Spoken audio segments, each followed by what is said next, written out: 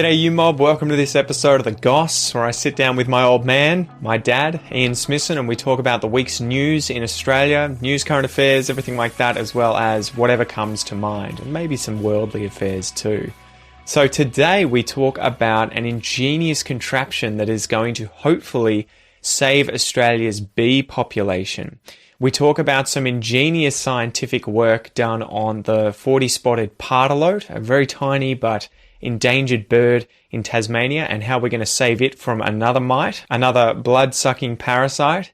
We also talk about a woman from Townsville who saved a two-legged spider and nursed it back to health. And then lastly, we chat about some crazy little beetles that, when eaten by frogs, end up escaping out the...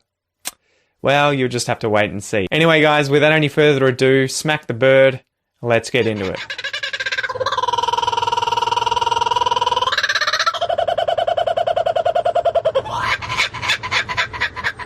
So what was the next story that you've got?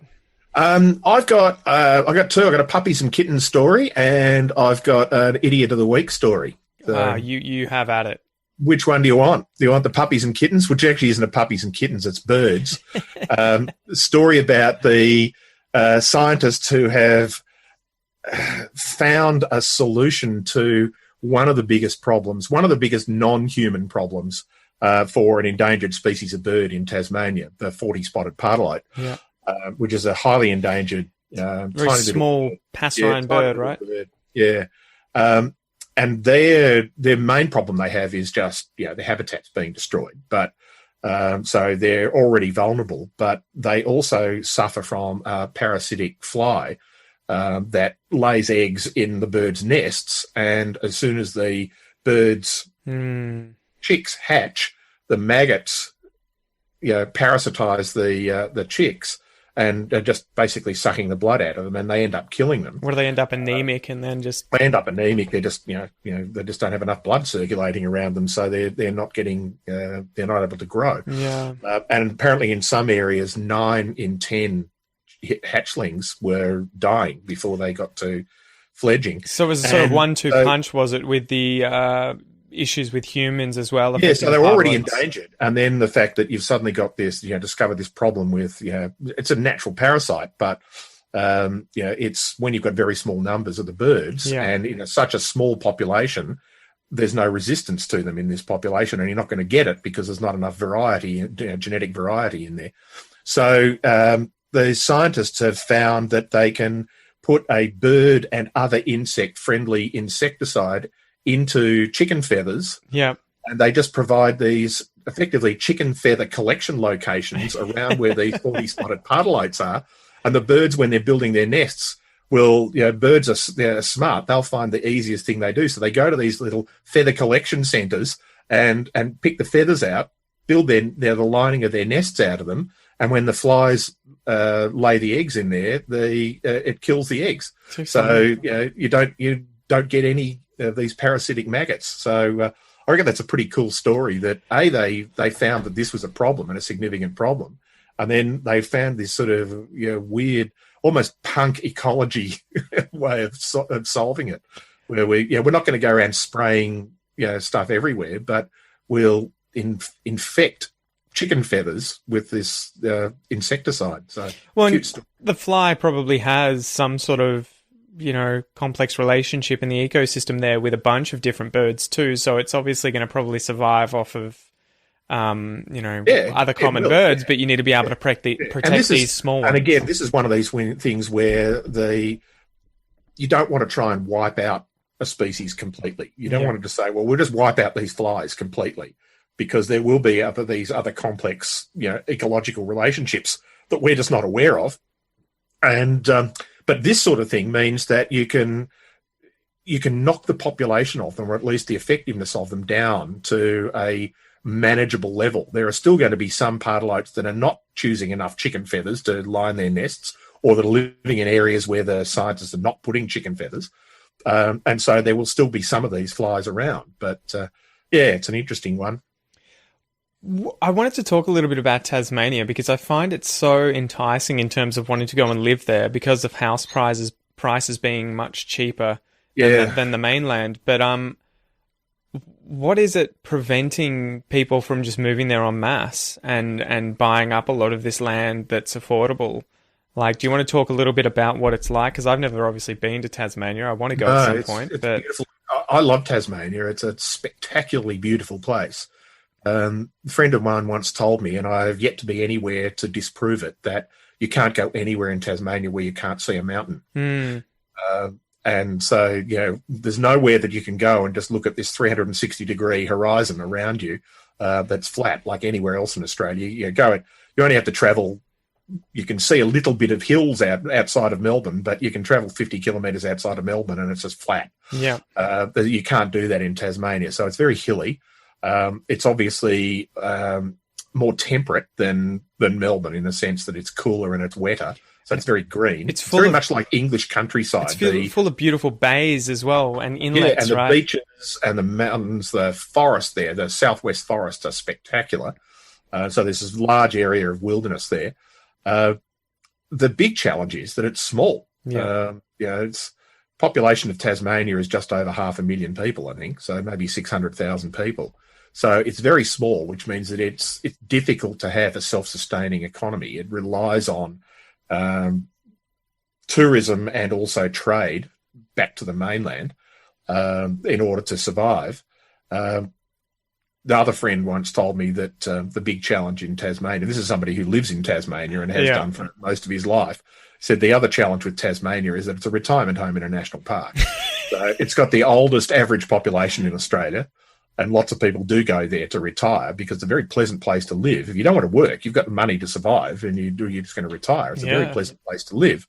But from a commercial development point of view, it's got the highest proportion of national park area and conserved, preserved and reserved areas of any state in Australia, which is a great thing from a conservation point of view, and it's a great thing from a tourist point of view because it remains beautiful. But it has its challenges in terms of setting up large-scale commercial enterprises. So it's one of those anomalies of a place that it's a beautiful place to visit, but you wouldn't want to live there. But it's a beautiful place to live if you don't need to work. So, well, I think a big issue too is getting there, right? Like if you were able to just drive there, yeah. So, well, but that's it. Like it's closer to go and catch a bus. Yeah. It's closer to us than say driving from Geelong or Melbourne to Canberra. So it would only be like a 5-hour drive. Yeah, and yet you would have to get on a boat or a plane to get there, and it's usually on the boat it's overnight, and on a plane overnight or all day. Yeah, it's about an 8-hour ferry trip, or it's jump on a plane for 45 minutes. Yeah, because I was seriously considering moving down there, when we came back to Ocean Grove, because it's like, okay, there's affordable places to live and it's beautiful, and my job, which is the only job in our family that sustains us, doesn't need a specific location. Yeah, and funnily enough, one of the industries that took off in broad-scale industries that took off in Tasmania over the last 25 years is the IT industry. Yeah. Because you're not reliant on commerce around you because you can service people from anywhere. So exactly. Software creation in particular, selling software or providing software services and those sort of things is fine. The big challenge is, as you say, travel. That, because one of the people I used to work with in a software company when I was, we were working out of Melbourne, he lived in Hobart, and if he wanted to go anywhere, he had to get on a plane. Exactly. If you don't have a customer in Tasmania, every customer interaction you have either has to be virtual or you're on a plane. And well, the other issue I see is that I don't want to take my children somewhere where they're more than certain to move away from once they finish high school. And so it would be one of those things where you would be going there short term if you wanted to stay with your children, because I would imagine if I took Noah there and the unborn child that we have on the way, they're going to be happy going to primary school, going to high school, probably. And then after that, they're going to be like, maybe right, even mainland. going to university. Yeah, maybe. One university in the state. That's it. Or the TAFE colleges that are there. But you would imagine after that, any opportunities they're going to have will be on the mainland. And it's probably a similar thing to rural Australia or regional Victoria, for instance. Yeah. It would be the same thing. I keep thinking, oh man, it'd be so cool to live in East Gippsland where it's just beautiful. And Kel sees, we watch docos or whatever, and it's like, where's this? Oh my God. Work in the timber industry, which is dying. And then she's like, yeah, I'm like, it's 5 hours from Melbourne. And so our children, there's probably going to be one option for a primary school and a high school, and then after that, the kids are going to be like, screw this, we're going to one of the cities, and then it will either stay there and never see them, or we have to move back anyway, right? So, yeah, and we did that when you were little. We moved down to the beach, but at least when you and your sister went to university, you went back to Melbourne to live and go to university there, but you're only an hour and 20 minutes away. Exactly. So, you came home on the weekends, or we went to see you, or so it wasn't like you had to go on a holiday to visit your children. So. Well, and that's the thing too. You have to have that trade-off of, do I want my children to live in a wide open space that's affordable and have, the forest and the beach and everything like that, or do you want them to have family that they're near? Because obviously I'm not going to be uprooting my parents and my, sister and her family and be like, everyone, let's go to Tassie. Yeah. unless you guys retire and Annika and Rory suddenly get job opportunities in Tasmania that are, more lucrative than what they currently have. Well, yes. Yeah. Well, that may happen, but but then, you got to look at it and say, well, why would we leave here? We leave a small-ish country town on the beach to go and live in a smallish country town on the beach. Where I can buy. Where you can buy. Yeah. But you can't do anything else. No, mind you, we can't do anything at the moment anyway. But that's the other thing, is that Hobart, ironically, and possibly not ironically when you think about it, has a really great music scene. Pubs and clubs and stuff for music. Their local music scene is really good. But you want to see any of the major acts that come to Australia? They're not going to Hobart. In Adelaide or Sydney or Brisbane or Perth. Nobody goes and plays a concert in Launceston or Hobart. So, at least very few do. You might have a few Australian bands that tour there, but it's funny. The older I get, though, the more nostalgic I am for, living in a place like that where it's a little smaller. From watching TV shows growing up, like Sea Change, which was. Which ironically filmed right where you live. Well, and that's the ironic thing. It was filmed in Barwon Heads and along the Great Ocean Road, but it was filmed in a way that made the world that they were in seem a lot smaller than the reality of the places where they were filming. Yeah. And well, they that filmed kind it of world I would love to live in, which I kind of have in my head as being somewhere like in East Gippsland or in Tasmania, much more commonly than, say, Ocean Grove, where we live currently, or anywhere along the Great Ocean Road. Little country towns, regardless of where they are, have an appeal because of that sense of two things. One, I think that local community where everybody knows everybody, and that can be a pain, but it's also a really nice feeling where you can walk down the street and you know everybody by their first name. But there's also the second thing of it is that you feel a bit isolated in a good way from the hustle and bustle of big city. Like, I love Melbourne. I think Melbourne is still mine. I'm biased because I lived there for 40 years, but it is, and regardless of the current situation with COVID, it is regularly for the last 20 or 30 years has been nominated as the most livable city in the world.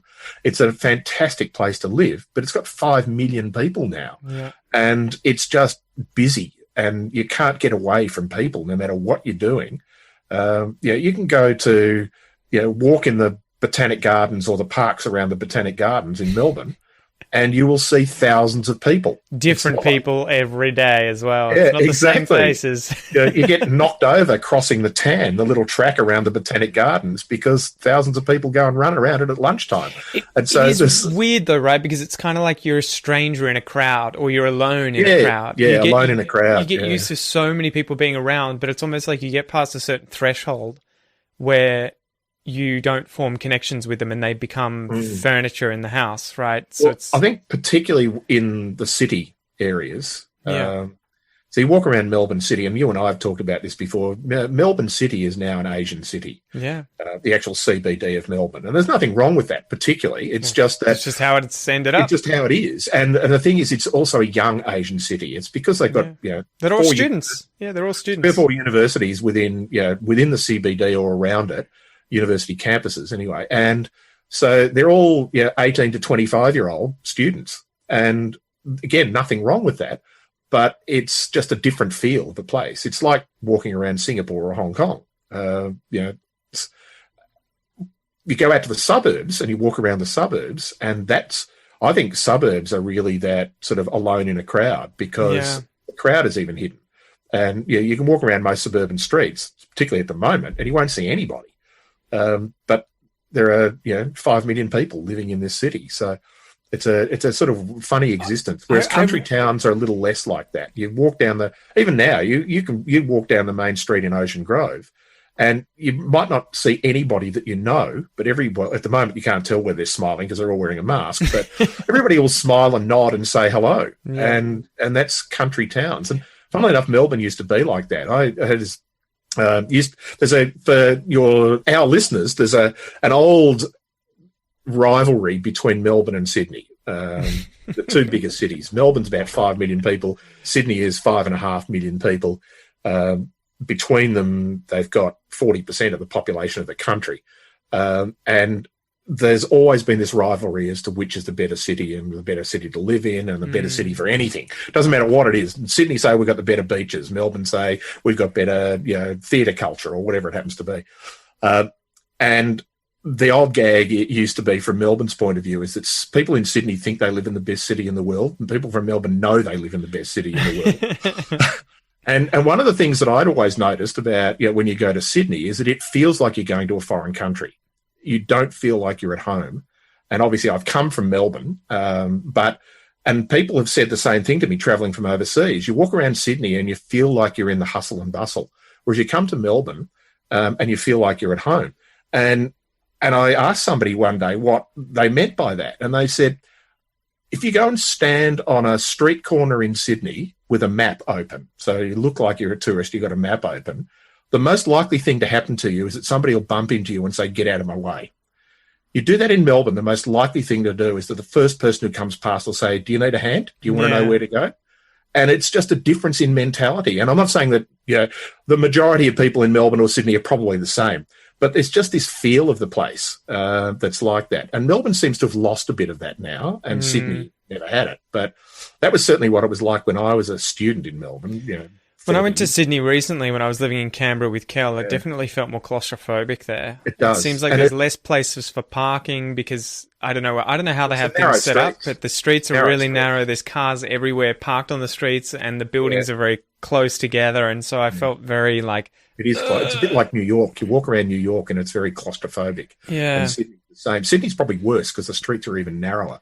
So even if there's nobody on the street, you feel enclosed. You can't see the sky, whereas Melbourne's got broad streets. Yeah. They were made so that carts could turn around, right?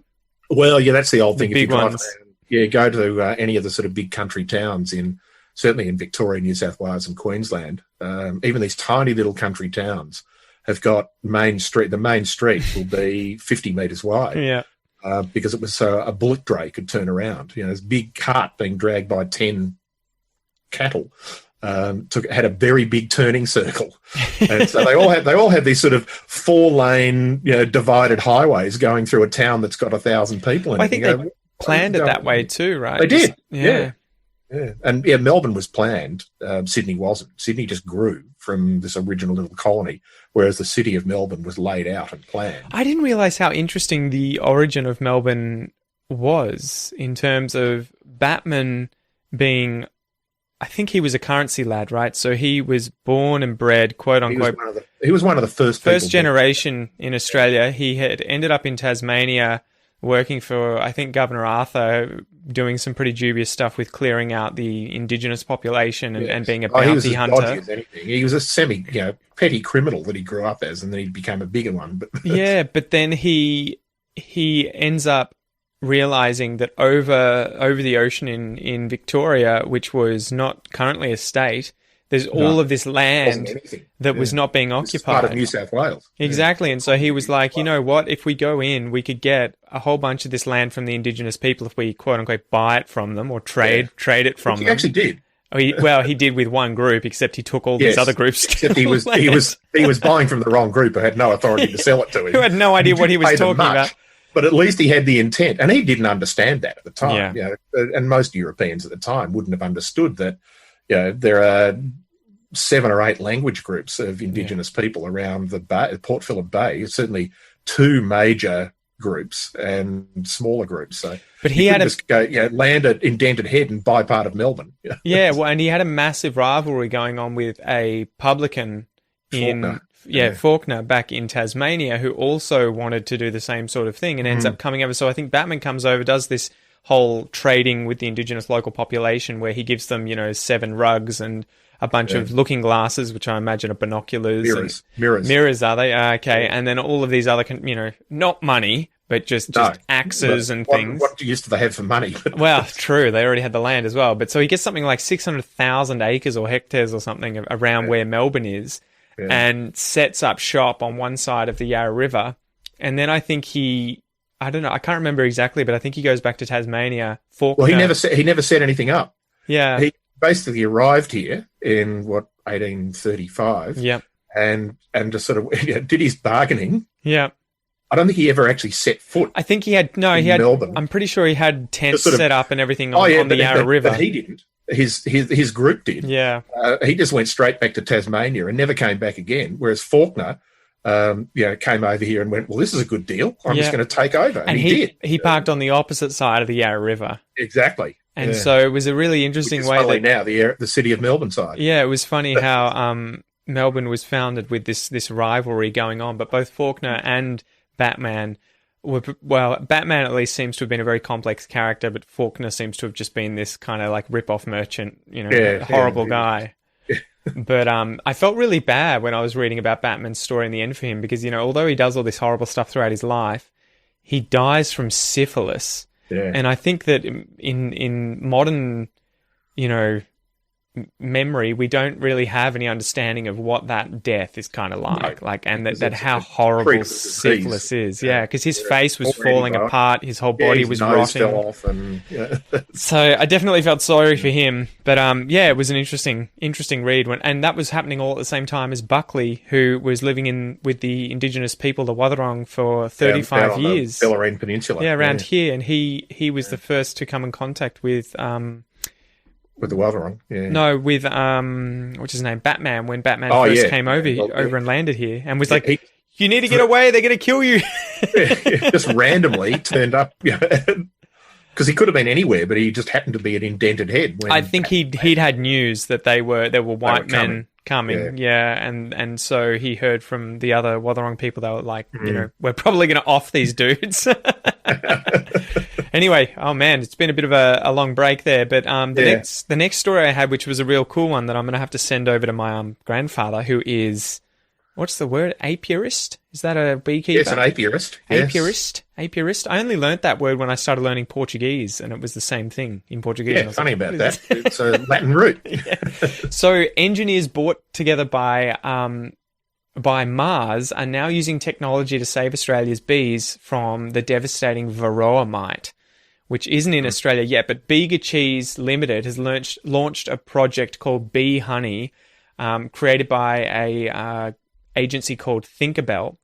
And the whole point of this was to be able to detect Varroa mite, Varroa destructor, when it gets into the hives of honeybees. And so there are a bunch of people who I think were working either for NASA or on making robots that go to Mars. They were working with AI algorithms and robotics that have launched a project called the Purple Hive Project that I think is funded by Bega Cheese here, that they effectively have 2 cameras in a contraption that goes on the front of a beehive, and the cameras look down and look up as the bees enter or exit the hive, and they take all these photos, and the AI algorithm can work out whether or not there are mites on the bees. Oh, really? Yeah, and so they're solar powered, so they can go anywhere in Australia, and they use the phone networks to send messages to the apiarists or to the farmers to let them know if there have been infections or not. And so, apparently they can then just destroy the hive. I think, I'd imagine that's all that they have left to them. But the mite's a massive problem because it gets in and sucks the blood from the bees whilst they're working and everything, and it ends up leaving devastation in its wake, where the hives just collapse and you have tens of thousands, if not millions, of bees dead. Yeah. But I think Australia is the only other human inhabited continent. So obviously Antarctica and Australia are the only continents that don't have Varroa mite.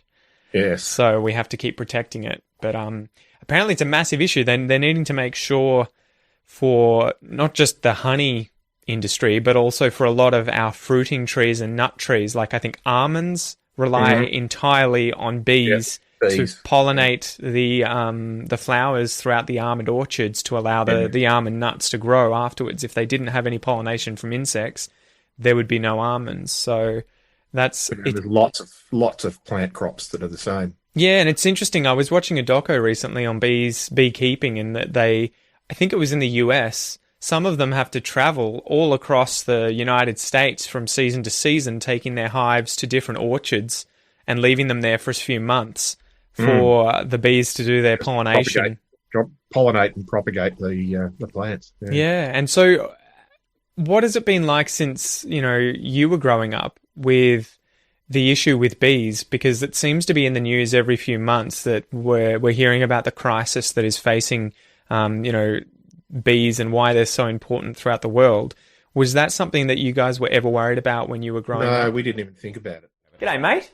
That was the first half of this episode of The Goss. If you would like to continue watching or continue listening to this episode, make sure that you sign up for the premium podcast or academy memberships at aussieenglish.com.au, where you will get full access to these entire episodes of this series and much, much more. You can go check that out using the links below, or just go to aussieenglish.com.au. Once again, thank you so much for joining me, mate, and I will see you next time.